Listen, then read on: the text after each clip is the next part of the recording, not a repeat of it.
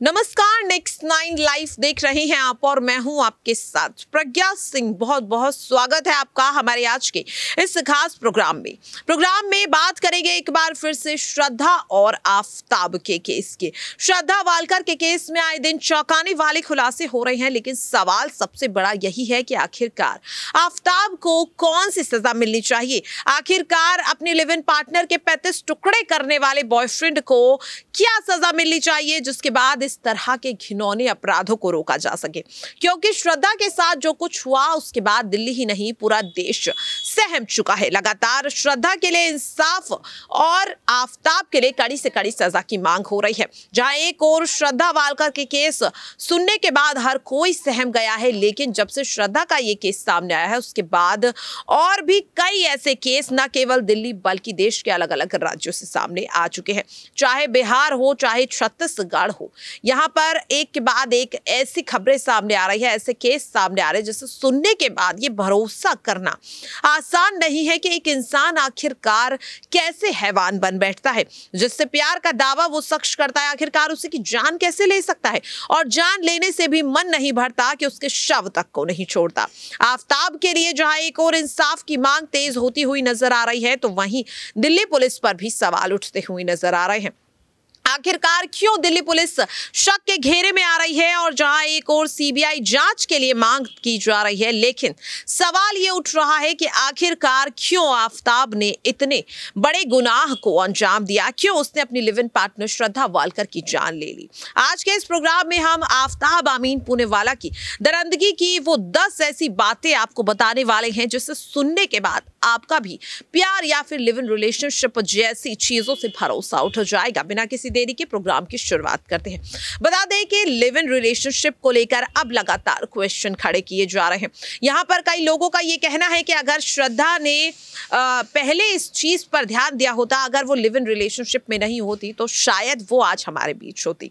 कई लोगों का ये भी कहना है कि अगर उसने एक मुस्लिम लड़की के साथ प्यार नहीं किया होता तो वो शायद हमारे बीच होती। यहाँ पर यह भी कहा जा रहा है कि अगर श्रद्धा ने अपने माता पिता की बात मान ली होती, अगर पिता के समझाने पर श्रद्धा घर लौट आई होती तो शायद आज श्रद्धा हमारे बीच होती। लव जिहाद के मुद्दे को भी इस बार बार इस मामले से जोड़ा जा रहा है, लेकिन सवाल ये उठ रहा है कि आखिरकार क्यों इन चीजों को श्रद्धा के केस से जोड़ा जा रहा है।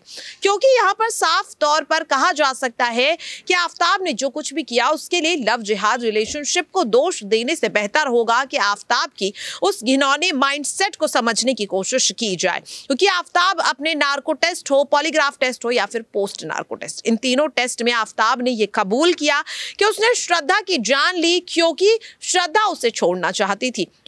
लेकिन फिर भी लगातार इस केस को लव जिहाद और लिव इन रिलेशनशिप के लिए जिम्मेदार बताया जा रहा है। कहा जा रहा है कि कहीं ना कहीं श्रद्धा अगर पहले ही संभल जाती तो शायद श्रद्धा के साथ आज ये नहीं होता।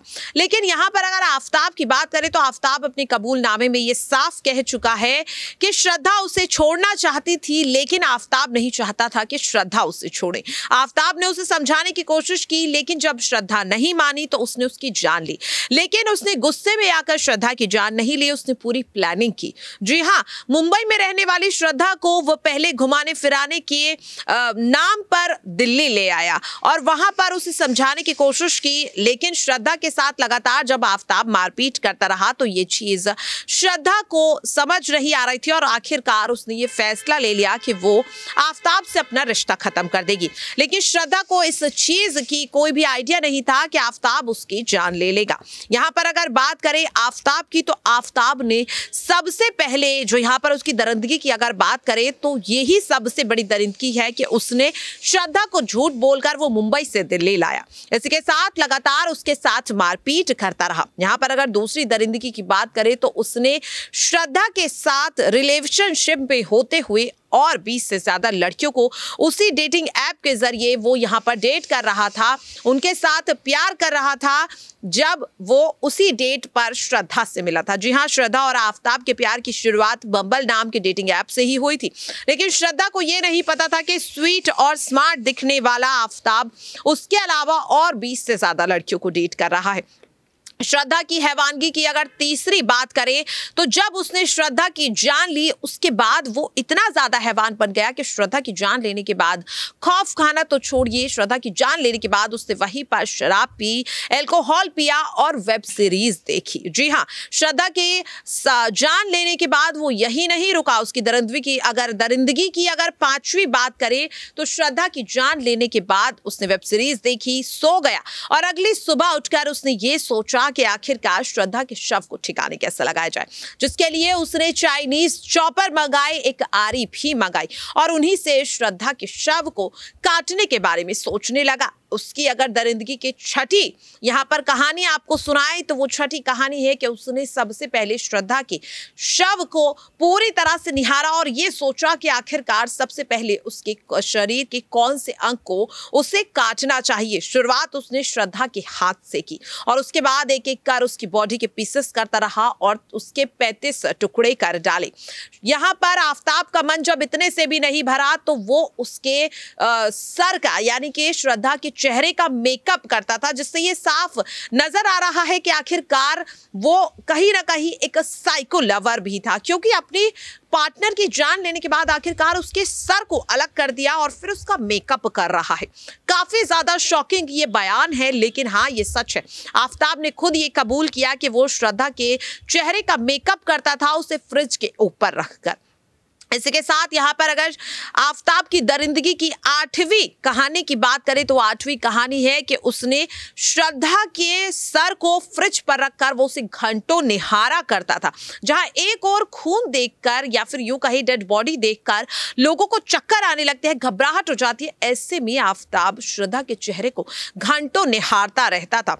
यहाँ पर अगर आफताब की दरिंदगी की 9वीं कहानी की अगर मैं बात करूं तो वो ये है कि जहां एक और अपनी गर्लफ्रेंड की जान लेकर उसकी डेड बॉडी को अपने घर में रखा हुआ था, उसके टुकड़ों को अपने फ्रिज में रखा हुआ था, तो वहीं उसने अपनी एक और गर्लफ्रेंड को वहां पर बुलाया। जी हाँ, पेशे से एक साइकोलॉजिस्ट जिससे बम्बल नाम के डेटिंग ऐप से आफताब ने अपनी गर्लफ्रेंड बुलाया और उसे अपने उसी फ्लैट पर उसने 2 बार बुलाया था जहां उसने श्रद्धा की जान ली। और यहाँ पर अगर सबसे आखिरी यहाँ पर उसकी दरिंदगी की बात करें तो वो ये होगी कि जान लेने के बाद जब आफताब का कन्फेशन लिया जा रहा था तो उसे इस बात का कोई डर नहीं है। यहाँ पर अगर बात करें आफताब की 10वीं और आखिरी दरिंदगी की तो वो सबसे बड़ी दरिंदगी ये है कि अपनी लिव इन पार्टनर की जान लेने के बाद जब दिल्ली पुलिस को उसने कबूलनामा दिया तो उसने ये कहा कि श्रद्धा की जान लेने का उसे कोई अफसोस नहीं है।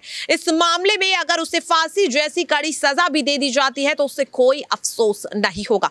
इसी के साथ उसने ये भी कहा कि वो 20 लड़कियों को टारगेट कर अपनी गर्लफ्रेंड बनाया करता था और साथ ही शायद वो उनका भी हश्र श्रद्धा जैसा करने वाला था। ये कबूलनामा आफताब की ये 10 दरिंदगी की कहानियां इतनी ज्यादा रोंगटे खड़ी करने वाली हैं कि अब प्यार, लिव इन रिलेशनशिप जैसी चीजों से लोगों का भरोसा उठता जा रहा है। आफताब को आखिरकार क्या कड़ी सजा मिलनी चाहिए, कमेंट बॉक्स में जरूर बताइएगा। आज के लिए इस खास प्रोग्राम में इतना ही। मुझे दीजिए इजाजत। नमस्कार।